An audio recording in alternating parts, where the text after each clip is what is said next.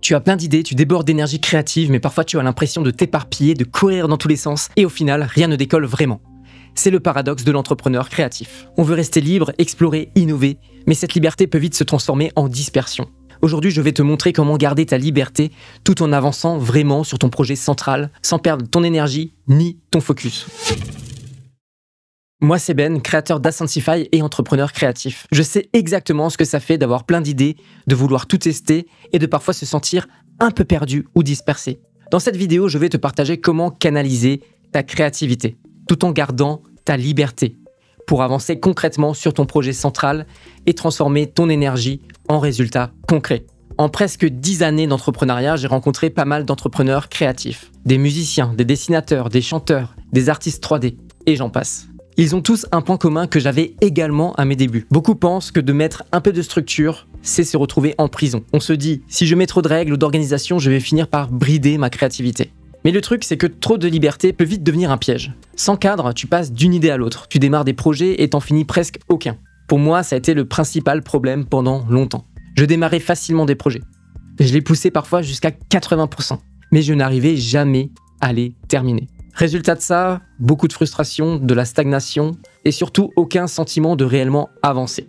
Et surtout cette sensation que tu n'avances jamais réellement.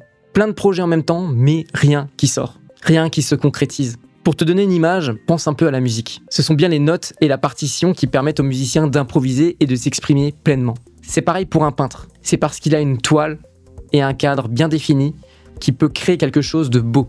Et même dans le sport, ce sont les règles du jeu qui rendent le jeu possible. Le cadre pose les bases de ton espace de création. Autrement dit, le cadre ne limite pas ta créativité, mais il peut la libérer, en lui donnant un lieu où s'exprimer.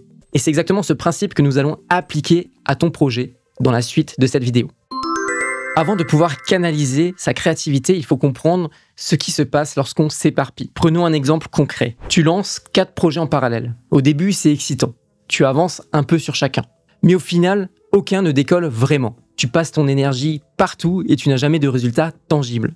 Le problème, c'est que cette dispersion entraîne une perte d'énergie mentale et une dilution de ton impact. Chaque heure, chaque effort est morcelé et rien n'a le temps de réellement grandir. Et il y a un piège classique, le fameux syndrome du shiny object, le syndrome de l'objet brillant. Le shiny object, c'est cette idée brillante qui te fait oublier tout le reste et te détourne de ton projet principal. Tu sais, c'est la fameuse nouvelle méthode à la mode, ou alors le dernier outil à utiliser. En fait, ça, il y en a tout le temps, et ça t'attire, et du coup, tu essayes des nouvelles choses tout le temps, au lieu de rester sur quelque chose qui marche, mais qui prend du temps à prendre.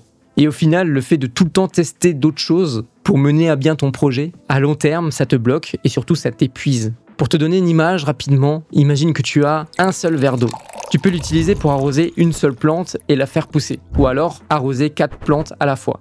Résultat, elle reste toute petite. C'est exactement ce qui se passe avec ton énergie. Si tu te disperses trop, rien ne décolle vraiment. La clé, canaliser sans se brider.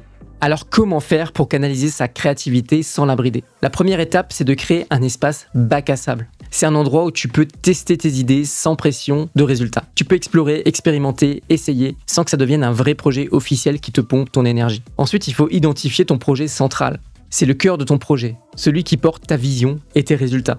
Tout le reste doit tourner autour de ce projet et non l'inverse. Et pour nourrir ta créativité, tu peux avoir ce que j'appelle des projets satellites, mais limités. Ça peut être un side project, un format créatif, ponctuel, une collaboration. Le tout doit rester volontairement petit avec des règles claires sur le temps et l'énergie que tu y consacres. Pour te donner un exemple concret, 80% de ton énergie est dédiée à ton projet central et 20% à tes projets satellites. C'est ce juste équilibre qui te permet de garder ta liberté tout en avançant concrètement sur ce qui compte vraiment.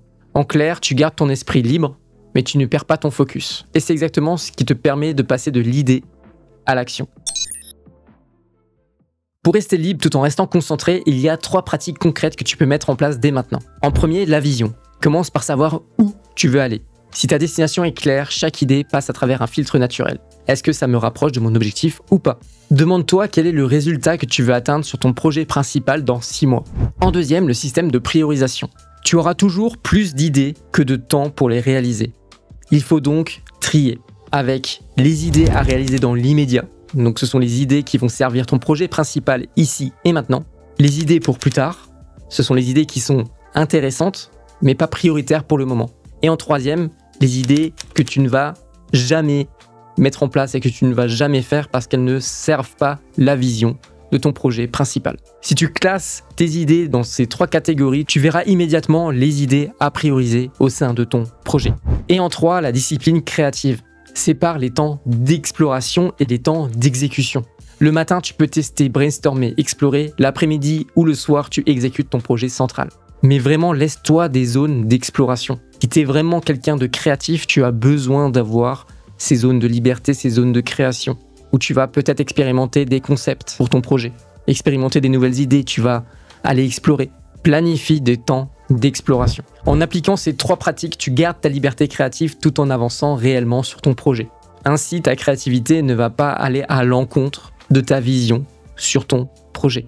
Parce que le risque d'être quelqu'un de créatif sur un projet, que ce soit un projet personnel ou un projet professionnel, c'est d'être dans l'auto-sabotage continu. Et c'est ça qu'on veut éviter en priorisant les idées et en se laissant des petits espaces de création. C'est exactement ce qui fait la différence entre rêver ses projets et les réaliser. Pour canaliser mon besoin de créativité, j'ai trouvé un side project un peu particulier. Moi-même, je nourris ma créativité à travers le sport, la méditation, l'alimentation et le développement personnel. C'est devenu un terrain d'expérimentation où je peux tester, apprendre et progresser, le tout sans pression mais avec des résultats concrets pour ma vie et pour mon énergie. Concrètement, je commence mes journées par une séance muscu, c'est mon défi quotidien et ça me donne le sentiment que le plus dur est déjà fait pour la journée. Et le soir, j'aime aller courir.